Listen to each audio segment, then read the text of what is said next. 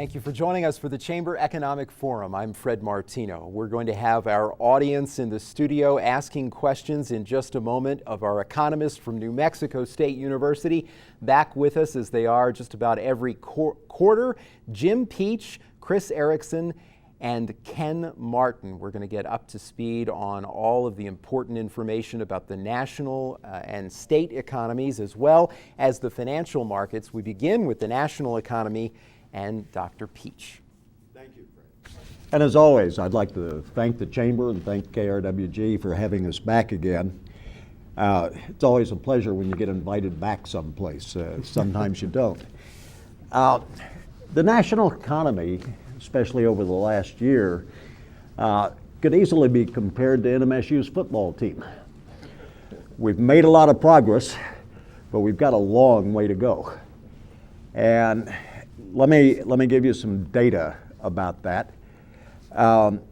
If we look at the broadest measure of economic activity, that's real GDP, we had a good second quarter. We had an increase at a 4.2% annual rate, and that would, if we could keep that up, that'd be just delightful. But that followed a disastrous first quarter of the year where we declined by 2.1%. Most people don't pay much attention to that because it was in part at least weather related. We had terrible winter storms that reduced consumption and reduced construction activity, a lot of other things. But we're in the fifth year of a recovery from the Great Recession, and in 18 of the 20 quarters since then, we've had positive real GDP growth, and that's a really good sign.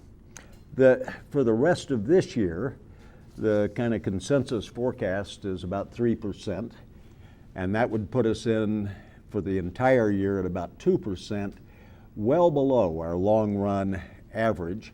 If you look at the last half century or even a century, we've averaged a little bit better than 3% real GDP growth. So we're not in bad shape, but it's not wonderful. Employment. We had a relatively weak August employment report. We don't have September yet, of course, of 142,000. That's well below the year-long average of 206,000 or the year-over-year average of 215,000 a month. But still, there's something to brag about here. The Great Recession really was horrible. We lost 8 million jobs from December '07 to the bottom of the recession. And by May of this year, we had gained those jobs back. So we now have slightly more jobs than we did in December '07. That's both good news and bad news. It means we've had essentially no growth since December '07.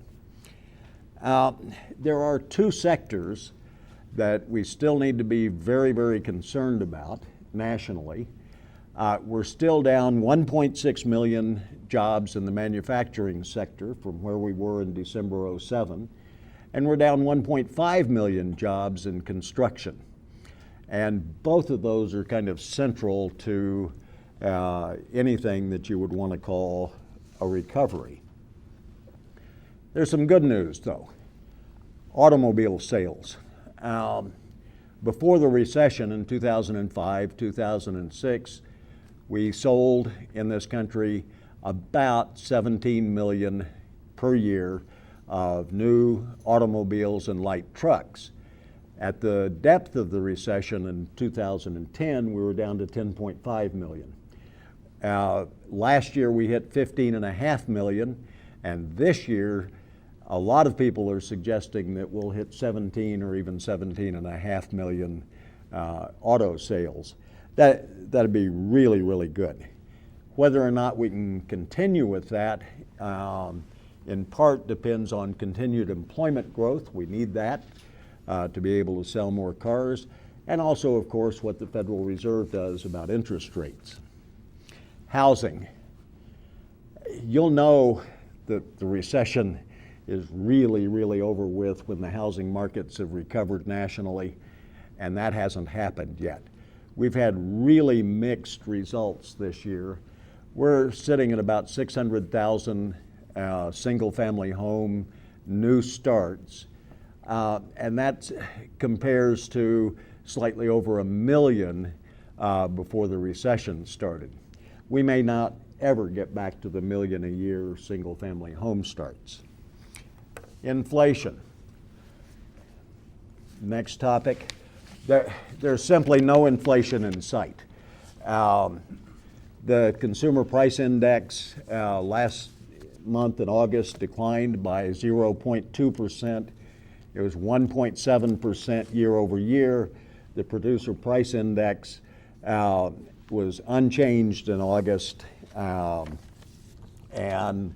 the GDP deflator, another measure of inflation, was about 1.6 from quarter 2 of 2013 to quarter 2 of 2014. Inflation is below what the Federal Reserve targets as the desired rate of inflation of about 2%. It's just not there. Going into Fed policy a little bit, the Fed is being kind of cagey on when it might raise interest rates, as they should be. We've got a lot of slack in the system. We've got $2.7 trillion in excess reserves in the banking system. That's money that could be loaned out that has not been loaned out. In all likelihood, at the next meeting of the Fed, they will end QE3, the extraordinary purchase of bonds. When they'll raise rates, the general consensus is mid-next year, but that's anybody's bet.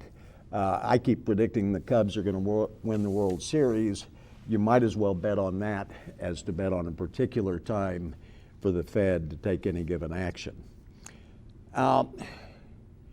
Fiscal policy.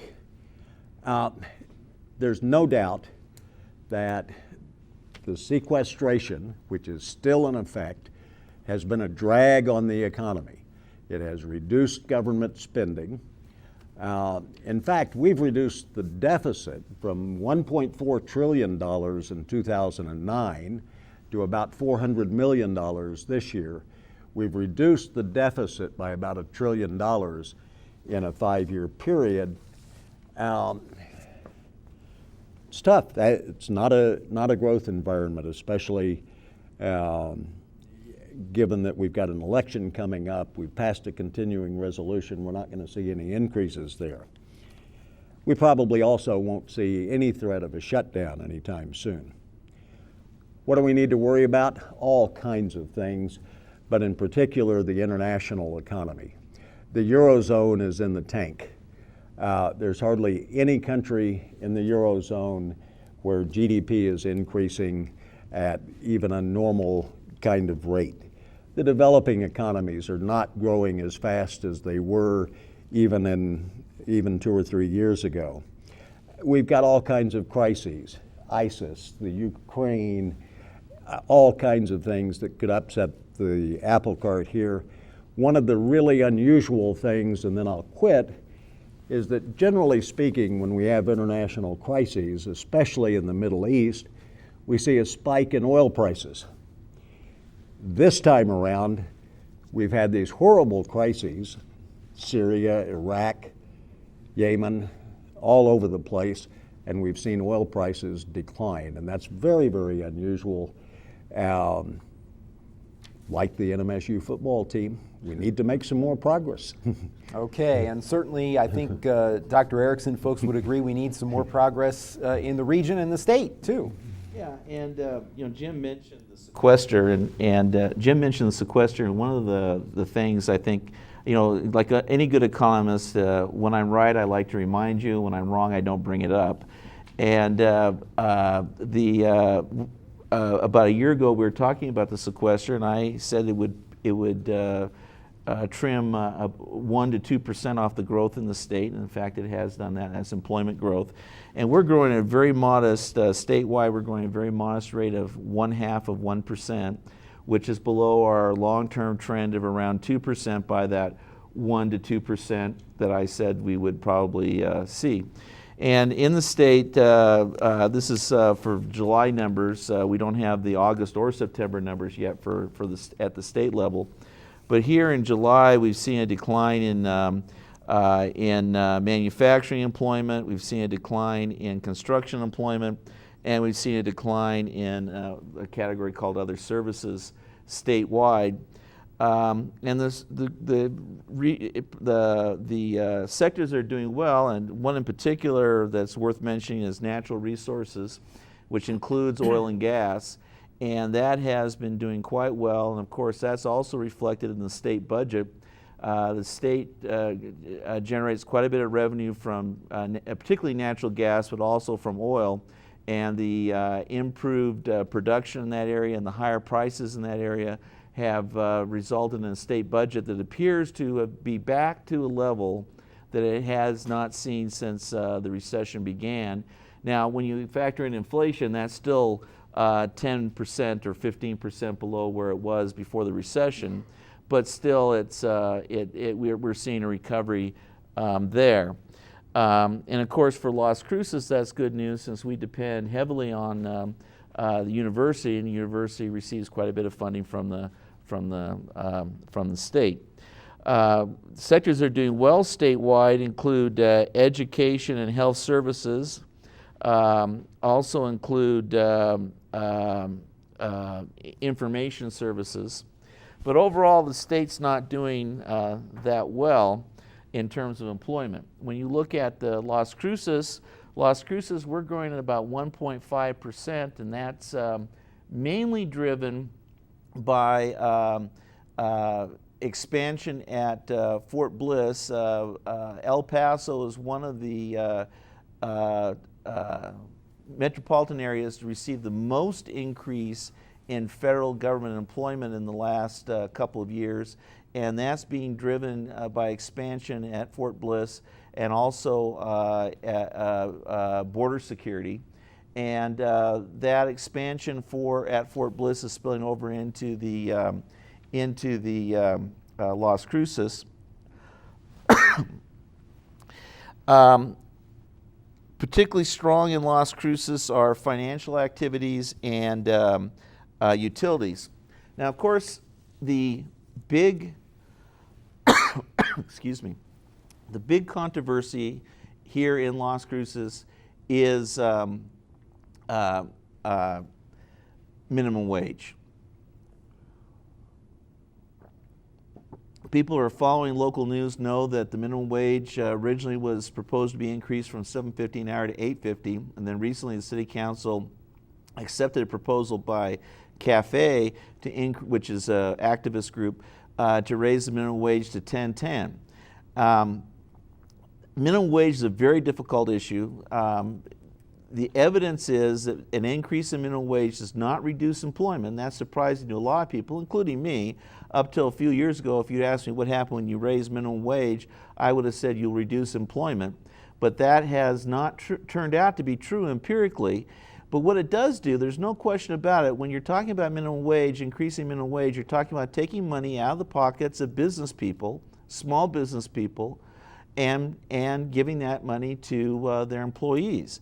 It becomes a value judgment. You're not going to create jobs, you're not going to destroy jobs, but you are going to increase the incomes of some people and harm the incomes of other people. It makes it a very divisive issue. And we've seen that in terms of the discussion of it here in Doña Ana County. Recently, GDP data for the state and for the city were released.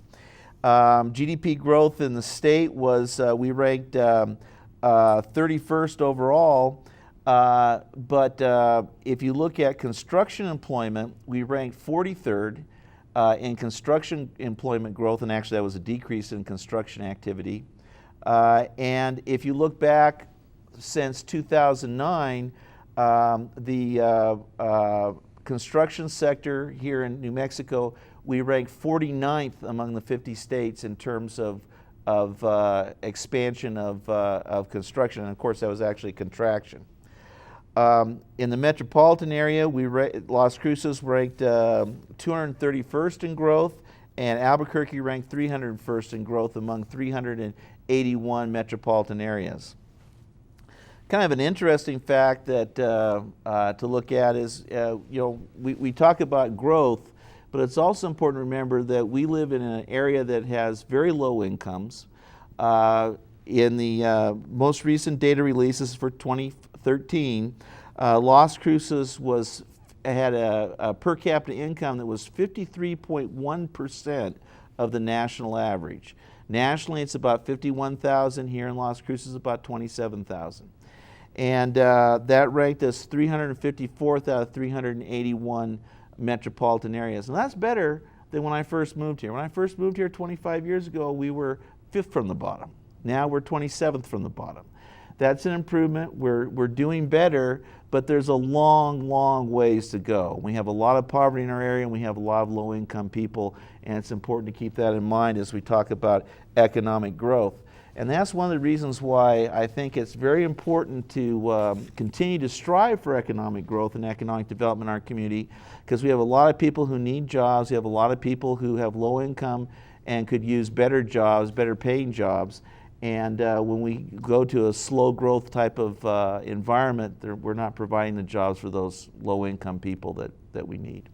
Okay, and now we move on to the financial markets, one place where we've seen a lot of bright spots in recent years, and Dr. Ken Martin. Yes, the bull market goes on. So there's an old saying on Wall Street that you should sell in May and go away. So I was pondering that recently, and given that our last economic forum was on May 8th, and autumn started this week, I thought it was a good time to kind of reassess that and see if that old Wall Street truism held true. This year, not so. The stock market, the S&P 500 index, was up as of yesterday about 6% over the summer, and it hit all-time record closing highs a total of 24 times, 24 days during the summer, with the most recent being only 1 week ago at 2011.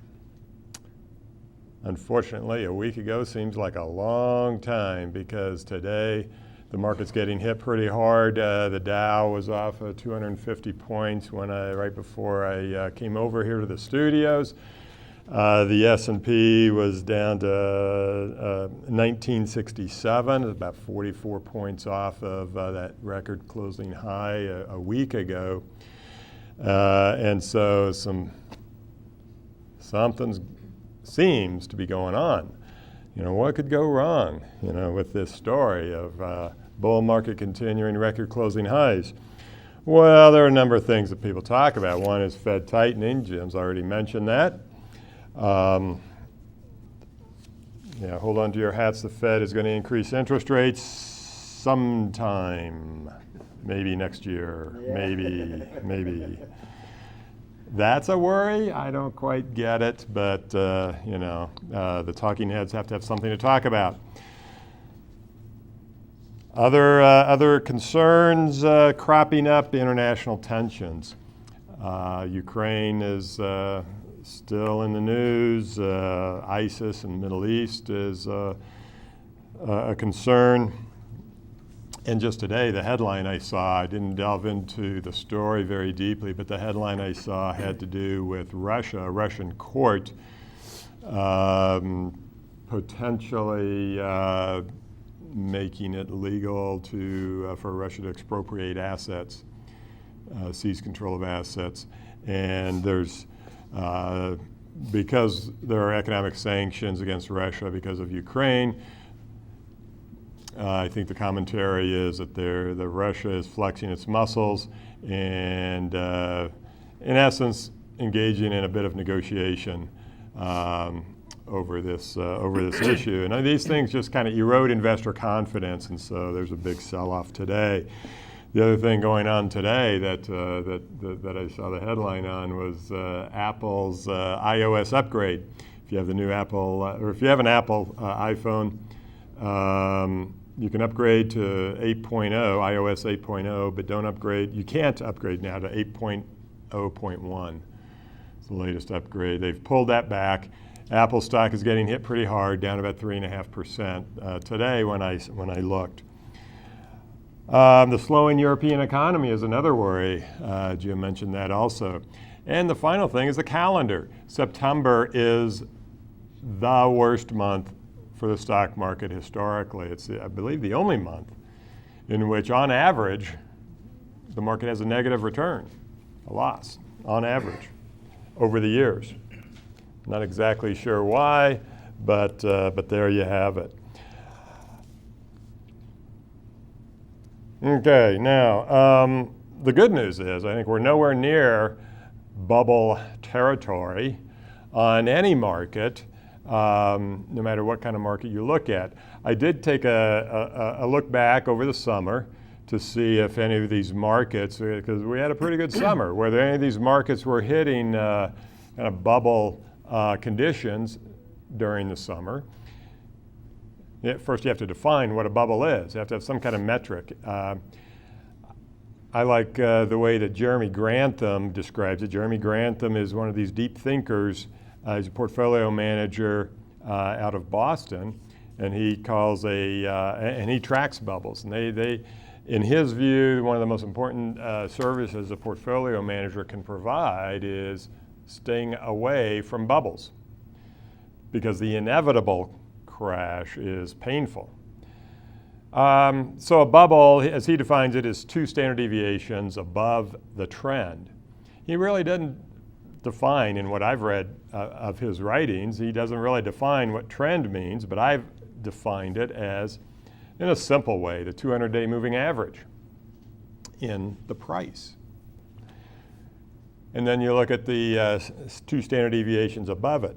So markets in June and July in the following areas: foreign developed markets, that's what's called the IFA index, Europe, Australia, and the Far East. It's an MSCI index. The emerging markets index, also an MSCI index. Small caps in the US, the Russell 2000 small cap index. Real estate investment trusts and high yield bonds all hit at some point for a day or two bubble conditions, as I would define it. And each one of those markets sold off in the ensuing, in fact, until now, from that bubble point to now, 4, 5 to 7%. And so I thought I was being pretty smart. I went back historically, looking back decades in these markets to identify bubbles, and then I was hoping to report that I have this foolproof way of identifying bubbles. If you go back historically and look at this using the same metric, go look at bubble conditions, what you find more often than not is that the market keeps going up. You find a market that you think you identify as being a bubble. Historically, it keeps going up. The moral of that story is, as I thought about it, and as I've experienced it in my own portfolios, overvalued markets can get more overvalued. And undervalued markets, the flip side is true too, undervalued markets can get more undervalued. So overvalued markets can just keep running up in price. And you don't know when it's going to end until it ends. And then it's too late, right? And then it's too late. But we have this human condition where we look back and we say, oh yeah, I knew that was going to happen. So at least right now, it looks like things are going well and may continue to go well. Right now, according to this metric, we are not in a bubble condition in any of these markets. All right. Okay, now, what that kind of tells me is also is that, at least for me, I need to have a benchmark to know how high is high. What is high? What is low? That benchmark for me is a fundamental valuation model, what I teach my students in my classes. And so using one of these, what we call a discounted cash flow valuation model,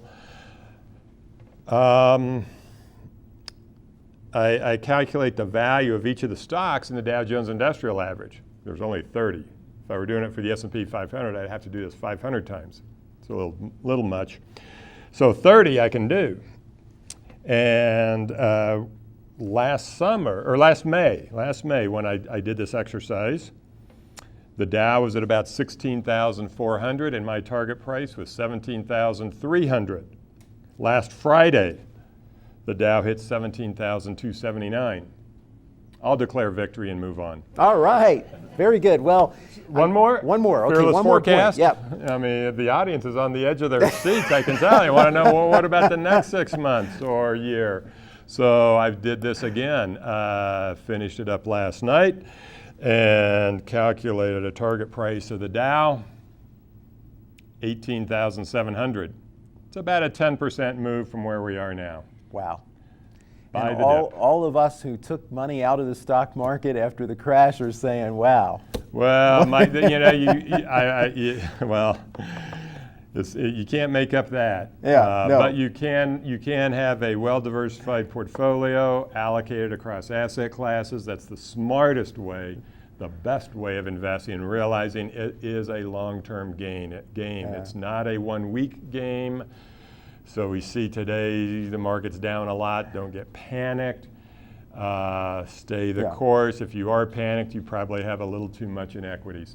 Okay, so that advice has been good advice for this market, the way it's been going. Well, while we wait for our first audience question, some numbers for you. You know, the numbers have been really good in the stock market, but not good for a lot of people across the country.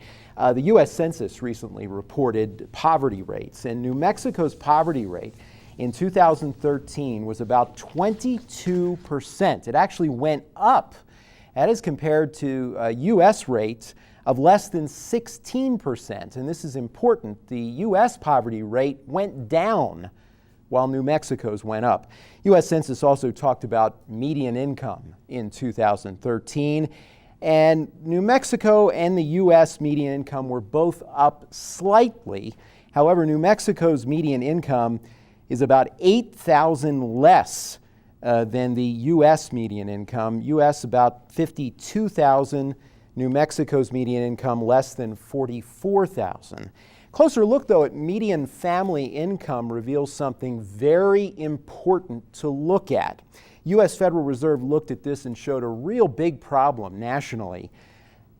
Median family income is actually down 5% between 2010 and 2013.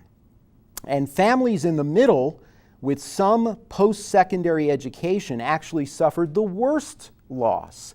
Their median family income is down 11%. It was $46,000 in 2010, less than $41,000 in 2013. Only families in the top 10% saw gains between 2010 and 2013. So some very important numbers. Again, the numbers for the general public very different than those numbers in the stock markets. We now are waiting for our first audience question for our program for the Chamber Economic Forum. And we actually begin with one of the people who helps us get an audience for these forums each quarter and helps to promote this forum, which we certainly appreciate, Bill Allen of the Chamber of Commerce. Hi, Bill. Hi, Fred. Thank you.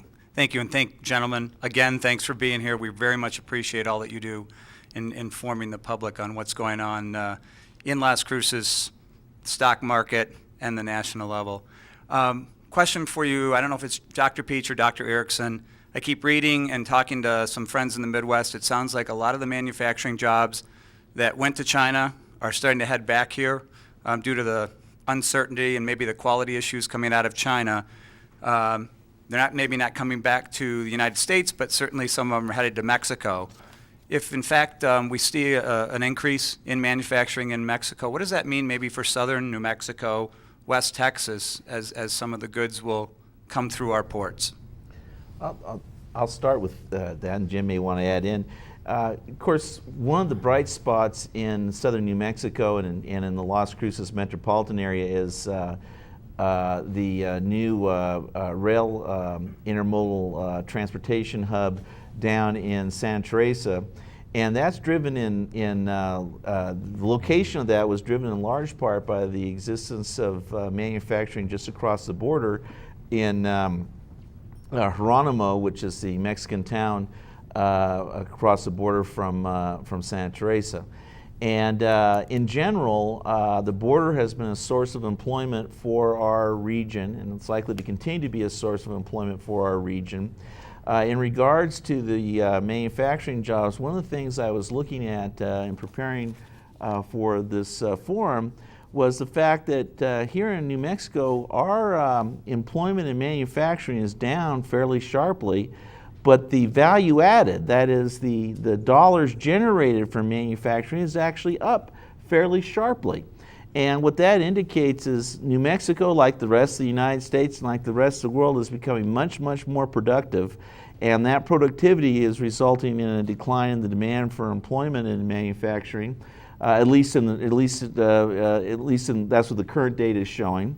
And if that's true, it may be a long time before employment in manufacturing recovers, although I think in manufacturing as a share of GDP is starting to pick up and starting to gain. And Dr. Erickson, to give some perspective on this, I just pulled the August numbers from the New Mexico Department of Workforce Solutions, right. And manufacturing has lost 3,000 jobs in New Mexico over the last year. We're down right. 10%. Wholesale trade is down 1.8%, or 400 jobs. So very big concern. A lot of the higher paying industries, manufacturing, trade, government employment, professional and business services, all of those down in New Mexico. And I know you alluded to that right. in your opening statements, while lower paid employment, just as is happening in other parts of the country, is up. Retail trade, for instance, in New Mexico has been up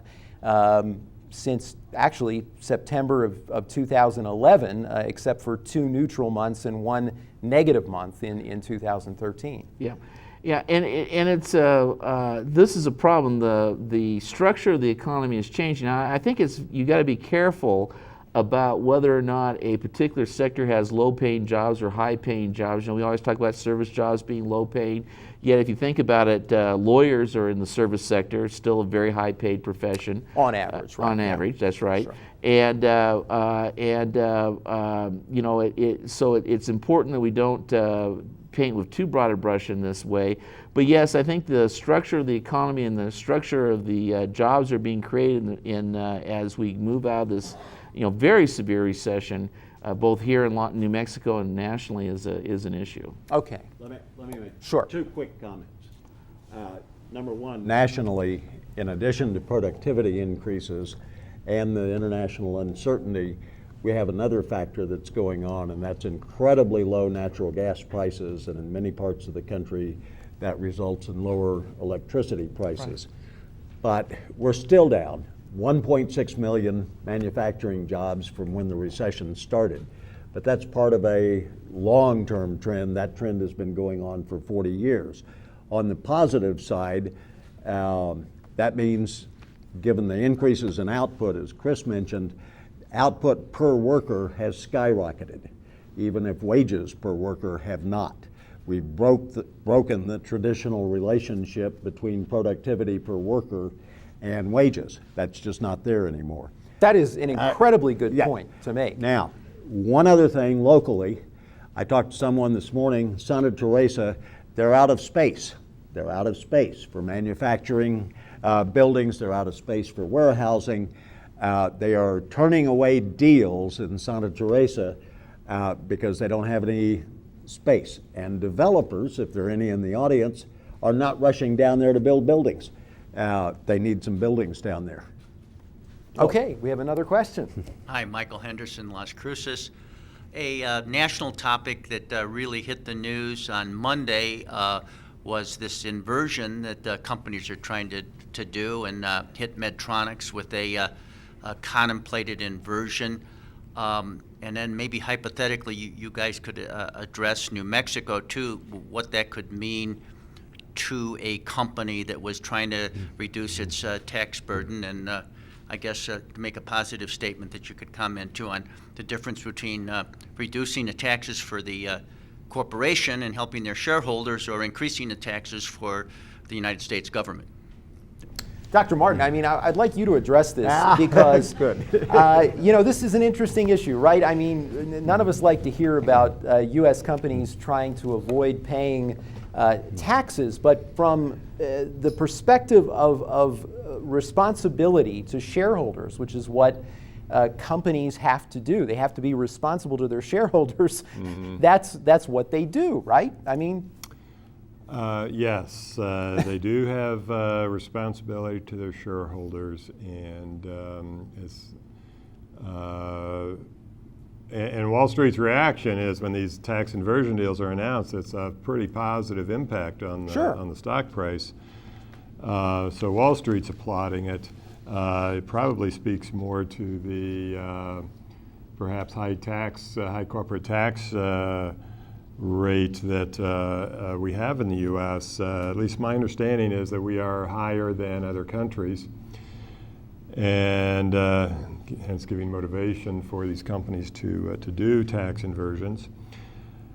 And so Dr. Martin, I want to move on to the next question from our audience, but I mean, a lot of critics might say that really what this should do, a controversy like this, is that it should motivate Congress to come up with a new tax structure rather than us trying to ask companies to do things that aren't in the interest of their shareholders. I mean, is that a fair assessment? Yes, I think that's a fair assessment. You know, what are we going to do?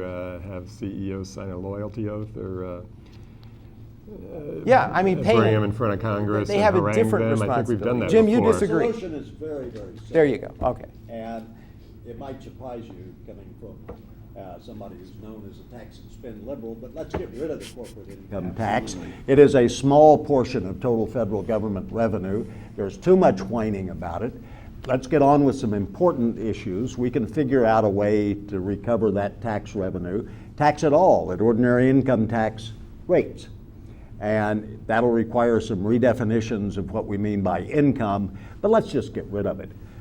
Simple rationally, but not politically, and that's the issue. And of course, that's always the issue with so many different things. So let's move on to our next question. I'm in a state of shock, thank you. Want to address this to our distinguished panel. You know, we hear a lot about immigration laws, reform, etc.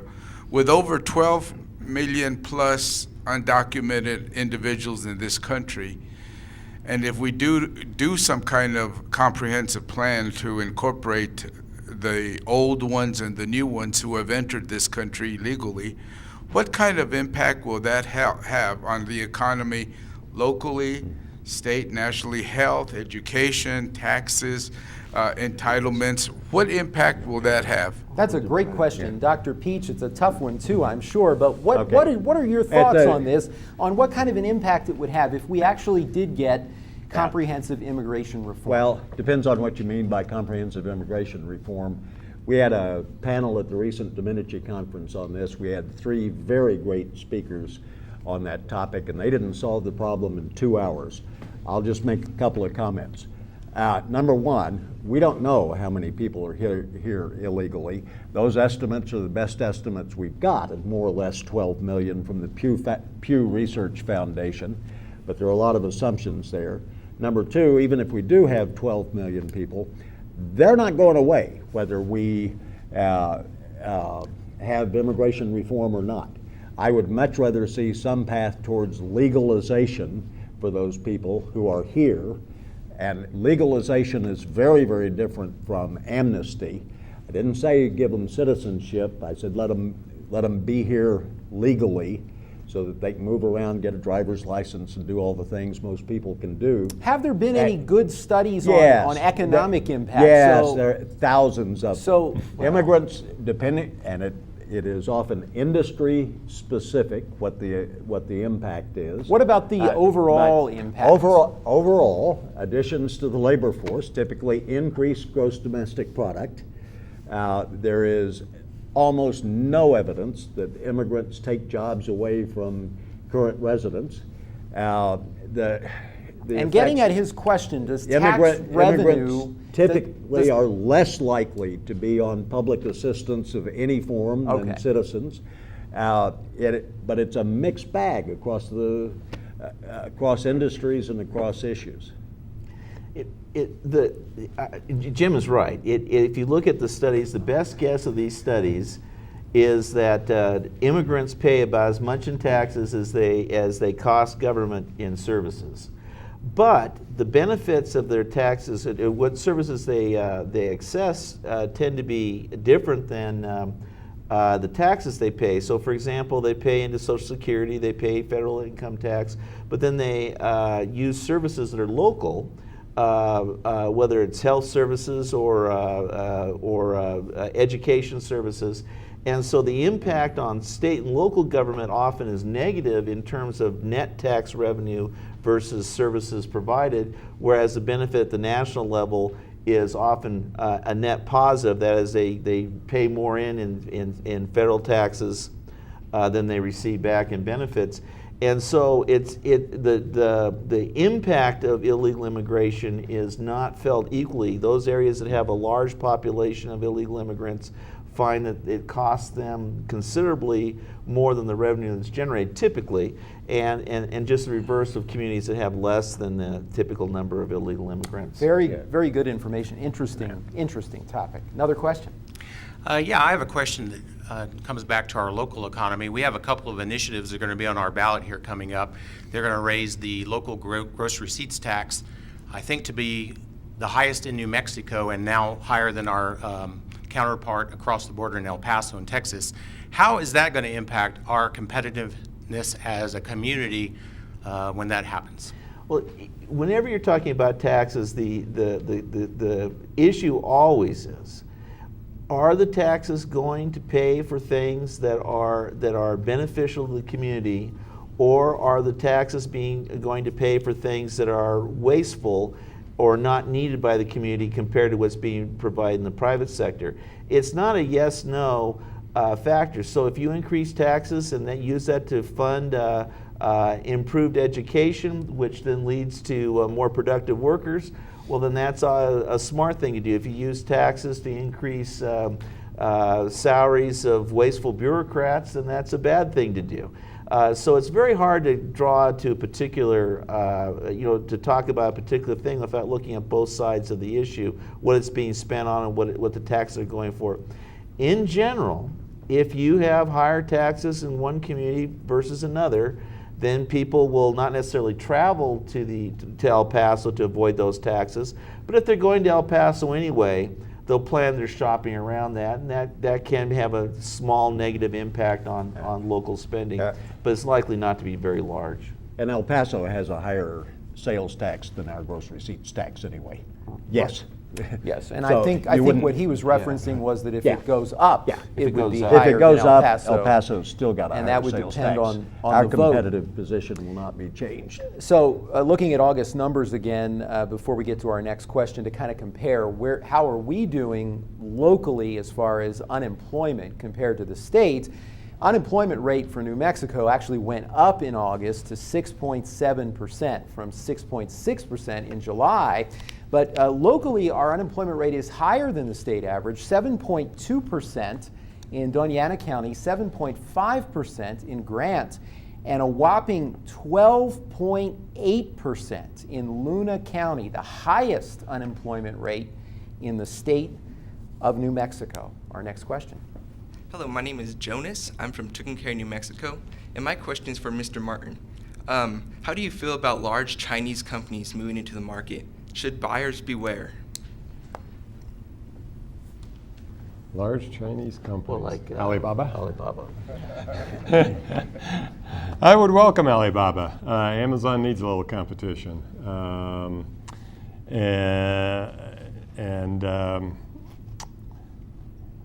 I think this country has been built on competitive, the idea that competition is good. And if we have more competition, it tends to hold prices down. which is good for us, the consumer. Dr. Martin, I'm sure you've heard about the news that a Chinese company purchased one of the world's largest pork producers based in the United States. And this has raised some concern and question, kind of getting at the issue that you're talking about there, more competition. But what if the competition isn't fair? So in other words, the Chinese company really has an unfair advantage due to investment from China. What are your thoughts on that? Fairness in competition probably has a very long history of debate in economic circles, from foreign companies dumping steel in the U.S. to I don't know what, automobiles perhaps. I don't know. These things usually have a way of working themselves out over time. So you wouldn't like to see an intervention in this, in other words. You believe that the markets should be left alone? Usually, Usually intervention causes more problems than it seeks to solve. Okay, very interesting. We have another question from our audience. Hi, my name's Patty. I'm from Las Cruces. And it's almost election time, and there's a race for the governor's seat in Santa Fe. And I'm wondering what a change in guard there, what kind of impact it would have on our economy in the state. You know, I think politicians get more credit and more blame for what goes on than they deserve. I think that right now the very slow economic recovery in the state is primarily driven by federal policy and the sequester, as I mentioned earlier, and the governor has very little control over that either way, either governor. I think that I suspect that in the past, when governors have had good economies, it's been more from factors outside their control. For example, one of the big things that benefits our state is the price of natural gas, and if that's up or that's down, that makes a big difference in the budget, and our governors have very little influence over that. So I would suspect that it'll have some influence in terms of regulation, which certainly can affect particular businesses, but overall, generally I think these things, governors don't have as much influence as people think. Okay, another question. Hi, again, Michael Henderson.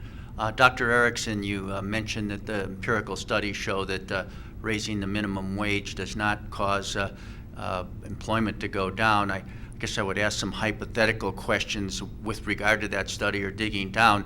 How much increase in the minimum wage doesn't cause unemployment? Yeah. For example, go on. Yeah, go ahead. For example, why don't we go to $15 an hour or $20 an hour? And it's sort of an emotional issue because of what Fred said, we're losing employment here. We have to pay people a living wage. And then my other comment would be with regard to we don't lose jobs. I'd like you to drill down with big companies, large boxes versus our small little local companies. Yeah, well, the study I was referring to that particularly is influential in terms of my thinking is what we call a meta study, which looked at more than 1,400 studies of the minimum wage, and they displayed these studies in aggregated them together to come up with this conclusion that there really is no effect on employment of the minimum wage. Now, that's not to say there's no effect on profits. That's not to say there's no effect on small business people, because there is an effect on profits and on small business people, and so you're talking about redistributing wealth among groups of people, which is always a very difficult thing to do. In terms of what would be too much, obviously, if you went to $100 an hour, that would have an impact on employment. And probably the impact would be that people would start paying other people under the table instead of actually paying the minimum wage. But these studies in the range that you might call reasonable found no impact, positive or negative. I will point out that if, when I was a kid, I used to get $1.60 an hour for minimum wage working for my dad, and he was a terrible cheapskate. I kept saying, I'm your son, you should pay me more. He ran a farm, but he paid everyone who worked on that farm minimum wage. But if you took that $1.60 an hour minimum wage from back in the 70s and brought it forward to today, it would be about $10.10 an hour. It would be about what's being proposed. So that $10.10 an hour is not that's being proposed is not outside the realm of reasonable in regard to this. But if you but at the same time, it means that small business people in particular will be paying a higher wage than you would see in other communities. And is that fair to them? I'm not sure it is. $8.50 is a compromise wage. Maybe we should be happy with a compromise. All right, and we do have a question actually from Sarah Nolan. She is the director of CAFE, the group that brought the petition to the Las Cruces City Council on raising the minimum wage to $10.10 an hour by 2017. Hi, Sarah. Hi, thanks for the introduction. Like Fred said, I'm Sarah Nolan, and to go beyond our proposal that was passed by the majority of the council a couple weeks ago to raise the minimum wage to $10.10 by 2017, we know that that's just one piece of a larger fabric of repairing and improving our economy locally. And to your statement, Professor Erickson, you said that the structure of our economy is changing. And so would that require new and creative ideas to move forward in terms of creating a different economic fabric for New Mexico, for example? So if the old solutions wouldn't be working in this new economic structure, what are some new policies that we could be looking for in the next years to come? The number one thing that we need to do in this town to promote economic development, to fix our economy, and unfortunately, as you alluded, it's not a simple fix, is to fix K-12 education, to increase graduation rates, to increase performance on standardized tests. And I'm not a big fan of standardized tests. My wife's a school teacher. She really dislikes them quite a bit. But still, they do measure something, but they increase the quality of the education in this town. That's the thing we really need to focus on, and unfortunately, we're not necessarily giving enough resources to do that. Jim, do you have any ideas? Oh, sure. I think for the whole state of New Mexico, we need to revise education. I agree completely with Chris, but what if the state of New Mexico could brag that every high school graduate was bilingual? Certainly we're capable of doing that, and I don't mean that you can pass a test in Spanish 101. I mean that you can carry on a reasonable conversation in a business environment in another language, and I don't care if it's Spanish or Chinese.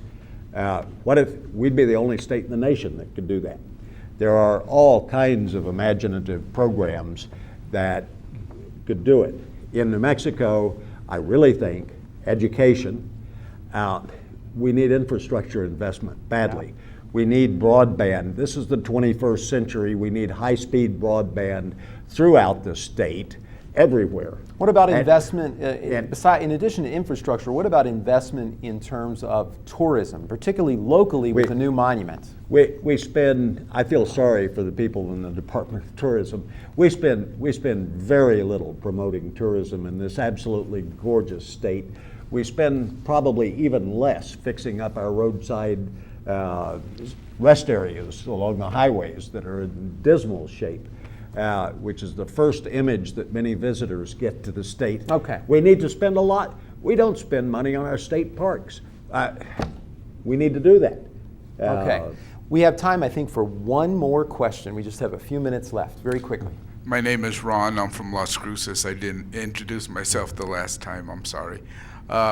We talk about all these issues and so forth. How is the real impact on this nation going to occur with what's happening with we talk about tourism, well, we talk about terrorism. How is that impacting on our border security, the economy, all that stuff? It has to play some impact because we're a border state. And I don't hear much talking about the impact of what's happening in the world, in the global place that should be affecting us here? What do you all think? Well, since 9/11, we've spent an awful lot of money on homeland security, including border security. Actually, in a macro sense, it has very negligible effects. Even as tragic as it was, 9/11, and when those buildings came down and the Pentagon was hit and the airplanes crashed, that was genuinely such a tiny fraction of U.S. economic activity that you can hardly pick that up in any set of numbers you want to look at. So my answer is probably not much. Yeah, I don't think that terrorism and border security had much effect. That the terrorism has much effect, but our effort here, particularly locally, to secure the border, is a source of employment in the local area, and the expansion of the border security has been an economic positive for the local region. Okay. I think I have about 1 minute left. Bill, it's going to have to be real quick. Absolutely, real quick. You had mentioned the idea of spending money to generate income and jobs and whatnot in the state. Where would we get the money from? I mean, the state is now on a balanced budget, but we can't spend ourselves into a problem. We've got that at the federal level. Very quickly. Sure we can. We've got lots of money in this state. We've got $12 or $15 billion in our permanent funds. And they're called rainy day funds. But there are all kinds of ways we can spend money. And in a sense, we can't afford not to do it. If we're going to be different 50 years from now than we are now, meaning ranking 44th or so in per capita income among the states, we're going to have to do something different than we've done in the past, and I'd be glad to do a whole show on that. And we could do a whole show on just about any issue we talk about, right? Absolutely. Well, we'll look forward to seeing you all back here, hopefully in January. How about that? Sounds good. Thank you so much for joining us for the Chamber Economic Forum. I'm Fred Martino. We do hope to see you in January, and we want to remind you as well that in-depth local journalism is only possible with your support. Thanks to all of our members, and we'll see you next time.